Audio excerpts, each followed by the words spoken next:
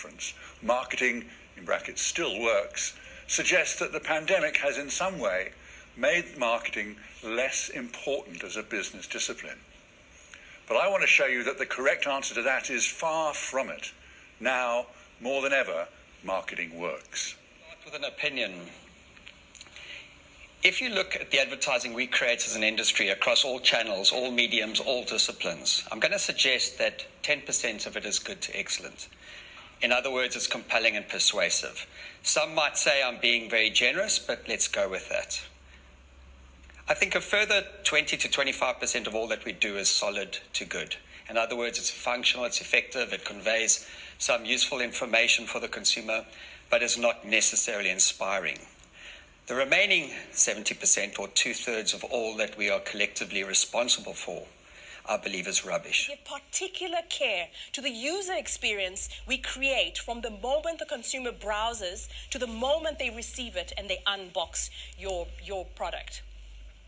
So relationships with customers, which they believe that can champion their brands that they believe in and brands that are better for them.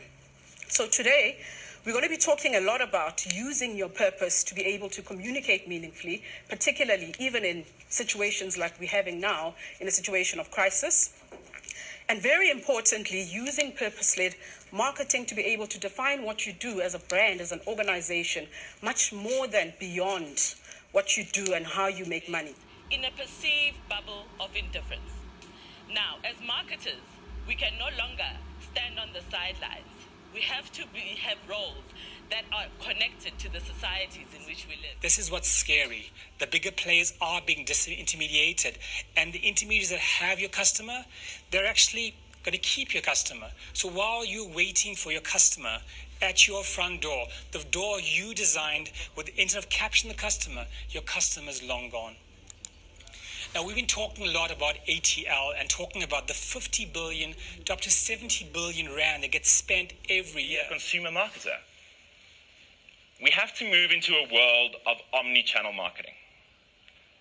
Meaning consumers live in a world where they do not know where they get communication from, but they're exposed to it. Channels is just a way of consuming content. It is important that we change our systems and processes to deliver on this. Challenge your passion. I read something the other day and I wanted to share it today because I thought it was amazing.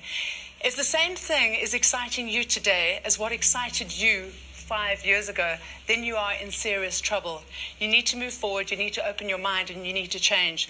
There is so much out there, and that's why my next point, at 360 degrees, there are so many resources at our fingertips. Whether you are an entrepreneur in your first year or in your 20th year, there is so much out there. Yes, there's a lot of rubbish and there's a lot of clutter, but there's a lot of good stuff. The true currency is the most important thing in this presentation, and that is, as Buddha says, the trouble is we think that we've got time, and there is no more time. Make a decision and make a decision today. 3% of local consumers now prefer to shop near home. 66% prefer electronic payments over cash notes, and 63% are sticking to the brands they know and love. During COVID-19, retailers, big and small, have been scrambling to set up an online presence with mixed results. Those brands which have spent the last couple of years investing in their online customer journeys, be it via their website, their app, or in new technologies like live streaming, are definitely seeing the payoff. The amazing thing is that when you're a woman, which for me as a guy I've always never really thought about, is that the leaders that are women in the industry, whether it be advertising or client, is that they have to navigate being competent and at the same time not being liked. And most of us, I've had this many times when guys talk about she's a bitch, or she's a whore, or she needs to get laid, or she needs to... And now that's insulting and it's wrong, but we all laugh. That's funny. And the thing is, it's wrong because that stands in the way of work. The fact that 85% plus of all purchasing decisions are made by women, but we only have 4 plus 6 white women leading agencies or CEOs of creative agencies, it's wrong. He's confused about uniformity in video metrics. For when a video piece of video is viewed on a laptop versus when it's viewed on a mobile phone or when it's viewed on a television? How do you measure that? Globally, there's no solution yet for a central metric. So media agencies are trying to adopt a video stacking solution and adding screen measurements separately in order to get to what we call a total video audience. But we are known for creativity that deliver results. As a CMO, you would probably not survive for more than 6 months if you're doing cool stuff but not driving results. And the things that we do, they really drive strong results.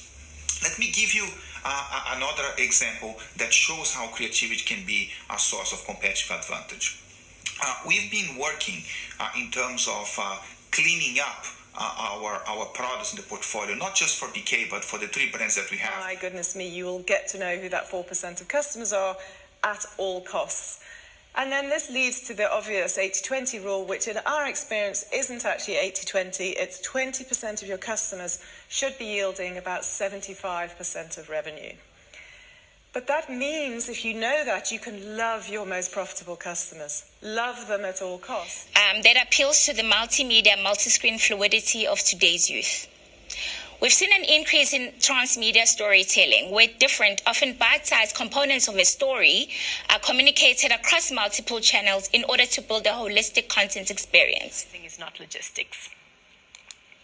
But there's always 2 sides to every breakup, and from my side, here's what I think is going wrong.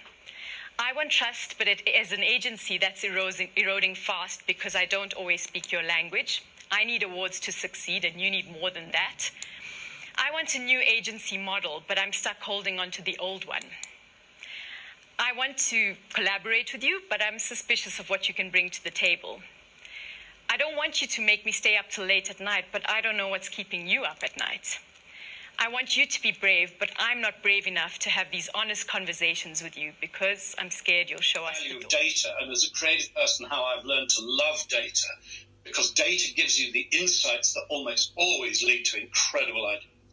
Then I'm going to talk about personalization, and personalization, I guess, is the power of programmatic advertising to reach the right person at the right time in the right place, but really needing creativity in order to make that the right message. If you're going to deliver crap to people, it's crap, even if you're talking to them at the right time in the right place.